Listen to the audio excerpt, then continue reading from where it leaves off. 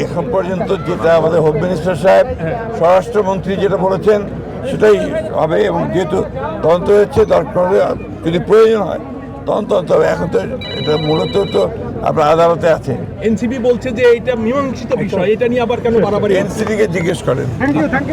স্থানীয় সরকার নির্বাচন যথাসময়ে হবে সেটা আমরা আগেও বলেছি, এবং গণতন্ত্রকে তার প্রাতিষ্ঠানিক রূপ দেওয়ার কাজগুলো করা হবে।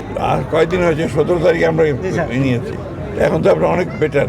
আমরা শুনে আসছিলাম যে রাষ্ট্র যে প্রতিষ্ঠানগুলো আছে সেগুলোকে এখন আবার প্রাতিষ্ঠানিক রূপ দেওয়ার কথা কাজ করা হচ্ছে। এনসিপি থেকে বলা হচ্ছে যে এই বিষয়গুলো সমাধান হয়েছে, হত্যার যে ঘটনাগুলো এগুলো সমাধান হয়েছে, আবার নতুন করে বিএনপি এগুলো তদন্ত করার আমি বুঝিনি আপনাদের কথা, আপনার প্রশ্নটা বুঝিনি।